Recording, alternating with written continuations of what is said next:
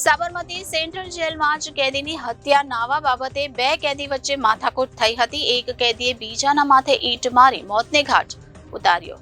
અમદાવાદના સાબરમતી સેન્ટ્રલ જેલની અંદર બે કેદી વચ્ચે થયેલી મારામારીનો કરુણ અંજામ આવ્યો છે, જેમાં અગાઉ નાહવા માટે થઈને માથાકૂટ થઈ હતી, જેનો ખાર રાખી એક કેદીએ બીજા કેદીના માથામાં ઈંટ મારી દેતા આ કેદીને ગંભીર ઈજાઓ પહોંચી હતી, જેથી તેને સારવાર અર્થે હોસ્પિટલમાં ખસેડવામાં આવ્યો હતો, જ્યાં તેનું મોત નીપજ્યું હતું।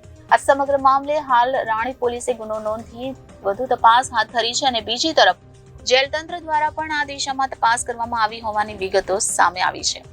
નાવા બાબતે બે કેદી વચ્ચે માથાકૂટ થઈ હતી, જેમાં પોલીસ સૂત્રો પાસેથી મળતી માહિતી પ્રમાણે સાબરમતી સેન્ટ્રલ જેલના બડાચક્કર વિસ્તારમાં 4 નંબર યાર્ડ પાસે કેશાજી પટેલ નાવા માટે ગયા હતા। કેશાજી પટેલ હત્યાના પ્રયાસ અંગેના ગુનાના આરોપી હતા અને તેમને બડાચક્કર વિસ્તારમાં રાખવામાં આવ્યા હતા। જો કે તે સમયે બીજા કેદી પણ ત્યાં હાજર હતા અને નાવા માટે બધા ભેગા થયા હતા।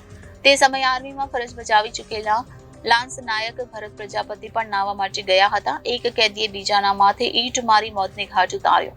આ ઘટના બાદ રાણી પોલીસે હત્યાનો ગુનો નોંધી આરોપી ભરત પ્રજાપતિની ધરપકડ કરીને વધુ કાર્યવાહી હાથ ધરી છે। ક્યારનો બનાવ છે, શું બનાવ છે, કોણે કોની હત્યા કરી છે? આ બનાવમાં હકીકત એવી છે કે સાબરમતી મધ્યસ્થ જેલમાં જે પાકા કામના કેદી વોર્ડ 4A છે, જે વિભાગ પાડેલા છે, એ પૈકીમાં ઇન્ચાર્જ જેલર તરીકે ફરજ બજાવતા પ્રકાશસિંહ સોલંકીએ પોલીસ સ્ટેશનમાં આવી અને એક ફરિયાદ જાહેર કરેલી હતી કે તે પોતાની નાઇટ ડ્યુટી હતી 22 તારીખ અને 23 તારીખની વચ્ચે। એમાં 23 તારીખે સવારના 5 વાગ્યાના સુમારે એક બનાવ બનેલો હતો, જેમાં મરણ જનાર જે છે કેશાભાઈ હેમરાજભાઈ પટેલ, જે બનાસકાંઠા જિલ્લાની અંદર 307ના ગુનામાં સજા કાપતા હતા, નામદાર કોર્ટ દ્વારા એને 5 વર્ષની સજા કરવામાં આવેલી હતી। ત્યારે તેની બાજુમાં જ એક જે પાકા કામનો કેદી હતો, જે આર્મીમાં ભરતી થયેલા હતા લાન્સ નાયક તરીકે મધ્યપ્રદેશ એમપીમાં ભરતભાઈ ઓરગોનભાઈ પ્રજાપતિ, જે મૂળ માણસા ગાંધીનગર જિલ્લાના વતની છે અને ગ્વાલિયર એમપી ખાતે કેન્ટોનમેન્ટમાં નોકરી કરતા હતા। ત્યારે એની સાથેના એક કર્મચારી જે સાહુ નામના વ્યક્તિ સાથે એમને કંઈ બોલાચાલી થયેલી છે, ત્યારે તેમની હત્યા નિપજાવેલી હતી। એ હત્યા નિપજાવવા સંબંધે મધ્યપ્રદેશના મોરાર પોલીસ સ્ટેશનની અંદર એનો ગુનો દાખલ થયેલો હતો। ત્યારબાદ એને કોર્ટ માર્શલ દ્વારા એને કેસ ત્યાં આર્મી કોર્ટમાં ચાલવામાં આવેલો હતો અને આર્મી કોર્ટમાં એનો કેસ ચાલી અને એને આજીવન કેદની સજા કરવામાં આવેલી હતી।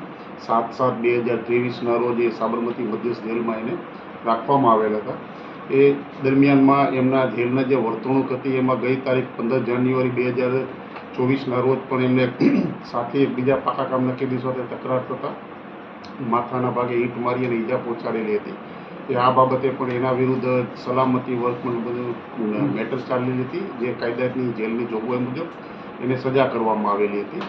ત્યારબાદ ફરીથી ગઈકાલે રાત્રે 23 તારીખે 5 વાગે તેમને કોઈ પણ અગમ્ય કારણોસર સાથેના કાલે બોલાચાલી થયેલી હશે એ બાબતનું મનદુખ રાખી અને એને પ્લાનિંગ કરી અને સવારના 5 વાગ્યાના સમયે એ પોતે એકલો બેરેકમાં ઉઠી અને બાથરૂમમાં જઈ અને બાથરૂમમાં પડેલ એક ઈંટ જે નાહવા માટે બેસવામાં ઉપયોગમાં રાખતા હોય છે, એ ઈંટ લાવી અને આ સૂતેલો હતો એ ભર ગાઢ નિંદ્રામાં સૂતેલ હાલતમાં તેના માથાના ભાગે ફટકા મારી અને ગંભીર ઈજા પહોંચાડી અને મોત નિપજાવેલું હતું।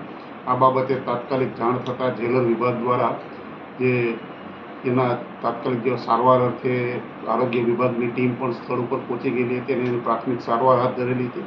ત્યારબાદ એમને જેલની અંદર જે દવાખાનામાં છે તેમાં સારવાર માટે લઈ ગયેલા અને વધુ સારવાર માટે તાત્કાલિક સિવિલ હોસ્પિટલમાં કેસ પેપર તૈયાર કરીને મોકલી આપેલા હતા। ત્યાં ફરજ પરના ડૉક્ટરે એમને 6 વાગ્યાના સમયે એમને મૃત જાહેર કરવામાં આવેલો હતો અને આ બાબતે પેનલ ડૉક્ટરથી એનું પોસ્ટમોર્ટમ કરાવી અને આગળની કાર્યવાહી હાથ ધરવામાં આવેલી છે અને રાણીપ પોલીસ સ્ટેશનની અંદર ઇન્ડિયન પિનલ કોડની કલમ 302 અને જોગવાઈ મુજબ આજીવન કેદની સજા પામતા કેદીએ જો કોઈનું મૃત્યુ નિપજાવે તો ઇપીકો 303 મુજબ પણ ઉમેરો કરવાનો હોય છે, તો 302-303 મુજબનો ગુનો દાખલ કરી અને પોલીસ ઇન્સ્પેક્ટર દ્વારા તપાસ હાથ ધરી અને આ કામે સ્થાનિક એફએસએલની ટીમો બોલાવી અને વધુમાં વધુ મજબૂત પુરાવા આરોપી વિરુદ્ધ એકઠા કરી જે ગુના કામે આમને સજા કરવામાં આવેલી છે એ ગુનામાં કોર્ટમાંથી પ્રક્રિયા દ્વારા તેમનો કબજો મેળવી અને ખરેખર શા માટે બનાવ બનેલ છે તેની માહિતી મેળવી પૂછપરછ હાથ ધરવામાં આવેલ છે। હાલના સંજોગોમાં આજુબાજુમાં જે કેદીઓ પાસેથી કોઈ કારણ બનાવ અંગેનું જાણવા મળી શકેલ નથી।